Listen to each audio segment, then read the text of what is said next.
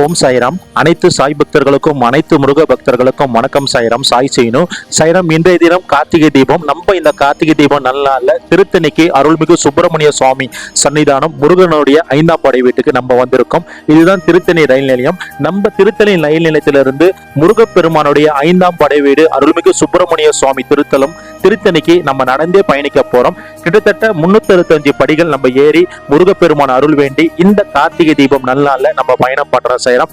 இந்த கார்த்திகை தீபம் நல்லால நீங்களும் இந்த பயணத்தோட இணைஞ்சிருங்க. உங்களுக்கும் முருகப்பெருமான அருள் கண்டிப்பா கிடைக்கணும்னு சொல்லிட்டு இந்த பயணத்தோட நம்ம சேர்த்து பிரார்த்தனை பண்ணுவோம். சாய்ராம்.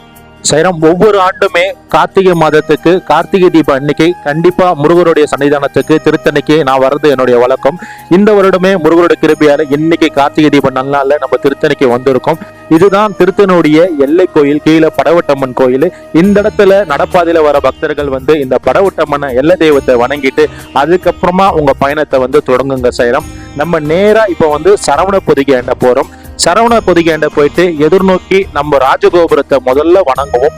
வணங்கிட்டு சரவண பொதிகையில நம்ம நீராடிட்டு அங்கிருந்து அப்படியே நம்ம 365 படி ஏறி நம்ம மேல போயிட்டு அருள்மிகு சுப்பிரமணிய சுவாமி திருத்தணி முருகப்பெருமான நம்ம தரிசனம் பண்ண போறோம். சாய்ராம், இந்த கார்த்திகை மாதத்துல அதுவும் கார்த்திகை தீபம் அன்னைக்கு நம்ம முருகருடைய தரிசனம் நமக்கு கிடைச்சது. கோடான கோடி புண்ணியம் நம்ம பண்ணி இருக்கணும். இப்போ நம்ம சரவண பொதிகை கிட்ட வந்துட்டோம். இந்த சரவண பொதிகை கிட்ட வந்தவுடனே உங்களுக்கு ராஜகோபுரம் கிளீனா தெரியும்.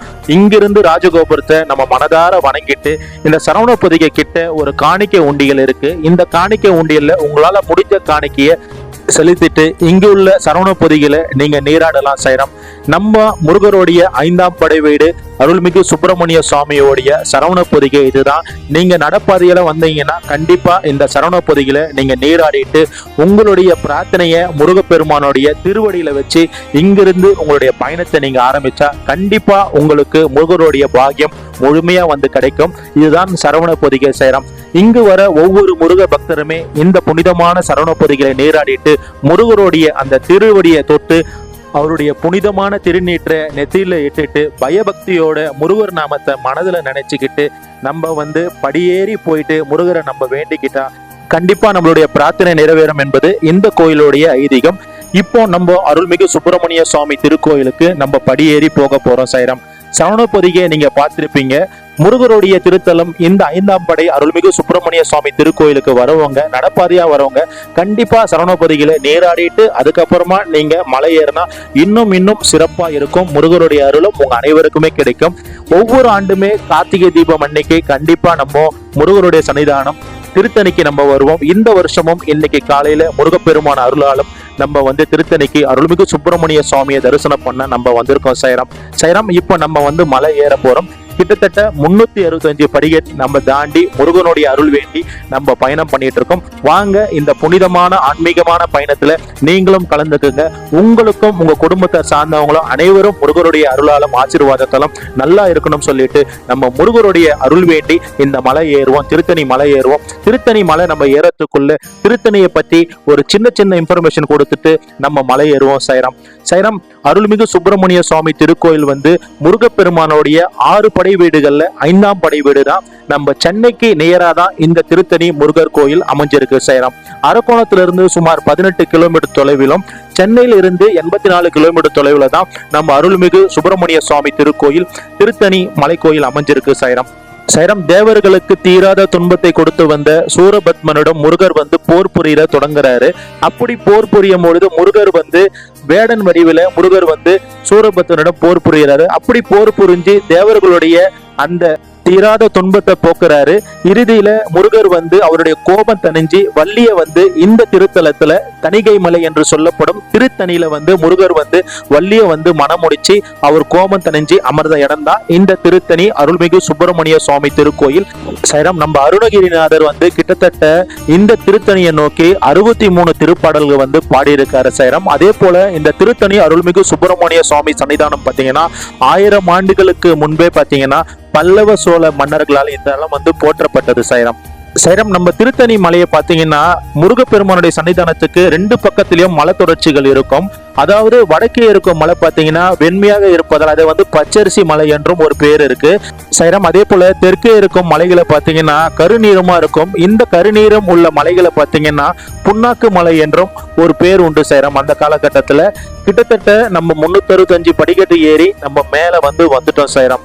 இந்த கார்த்திகை தீபம் நல்லால நம்ம முருகப்பெருமானுடைய அருள் வேண்டி கிட்டத்தட்ட 365 படிக்கட்டுகள் நம்ம ஏறி அருள்மிகு சுப்பிரமணிய சுவாமி திருக்கோயில் முருகருடைய 5ஆம் படை வீடு தேவர்களுடைய அந்த தீராத துன்பங்கள்லாம் முருகர் நீக்கிறாரு.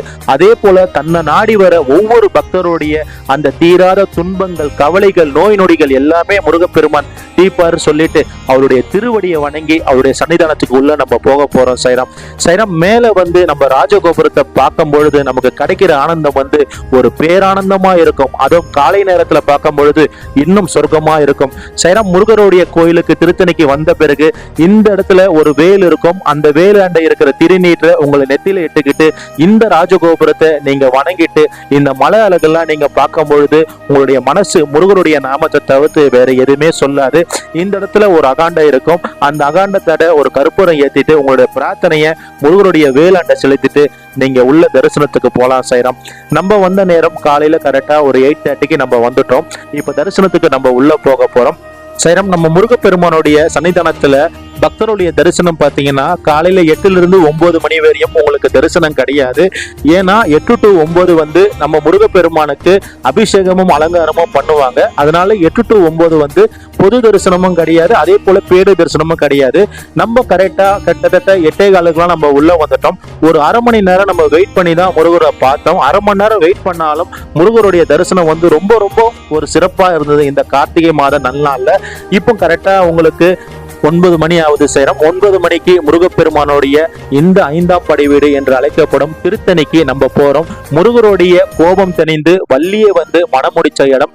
இந்த அற்புதமான ஸ்தலத்துக்கு நம்ம வந்துட்டு இருக்கோம். நம்மளுடைய பயங்கள் கவலைகள் துன்பங்கள் நோய் நொடி அனைத்துமே தீர்ந்து ஒவ்வொரு பக்தருடைய வாழ்க்கையிலும் தொழில் முன்னேற்றம் கிடைச்சி அவங்க வாழ்க்கையில நல்லா இருக்கணும்னு சொல்லிட்டு இந்த கார்த்திகை தீபம் நன்னால நம்ம முருகப்பெருமான அருள் வேண்டி அருள்மிகு சுப்பிரமணிய சுவாமி சன்னிதானத்துக்குள்ள போயிட்டு இருக்கோம் சைரம். இதுக்கு மேல நம்ம வீடியோ பதிவு எடுக்க முடியாது. ஏன்னா நம்ம சாமியை தரிசனம் பண்ண போறோம். இந்த இடத்துல பாத்தீங்கன்னா ஒரு தொட்டிலுக்கு ஆப்போசிட்ல ஒரு துலாபாரமா இருக்கும். பக்தர்கள் அவங்களுடைய நேர்த்தி கடன் எல்லாம் செலுத்திட்டு முருகப்பெருமானை தரிசனம் பண்ணுவாங்க. நம்மளும் இந்த கார்த்திகை மாத நன்னாள் அதுவும் கார்த்திகை தீபம் பொன்னாள்ல நம்ம முருகருடைய அருள் வேண்டி நம்ம உள்ள போவோம். நம்மளுக்கும் முருகப்பெருமான அருள் ரொம்ப அருமையா கிடைச்சது. கிட்டத்தட்ட ஒரு 20 நிமிஷம் முருகப்பெருமான நம்ம தரிசனம் பண்ண பாக்கியம் இந்த கார்த்திகை மாதம் முருகப்பெருமான் கொடுத்தது. கோடான கோடி நன்றி முருகப்பெருமானுக்கு சைரம். முருகப்பெருமான் தன்னுடைய கிரியா சக்தி மூலம் தெய்வயானைய திருப்பரங்குன்றத்துல மனம் முடிச்சிருப்பாரு. அதே போல முருகப்பெருமான் தன்னுடைய இக்ஷா சக்தி மூலம் இந்த திருத்தணியில வள்ளிய முருகப்பெருமான் மனம் முடிச்சு கோபம் தணிஞ்சு அமர்ந்த இடம் இந்த திருத்தணி மலை.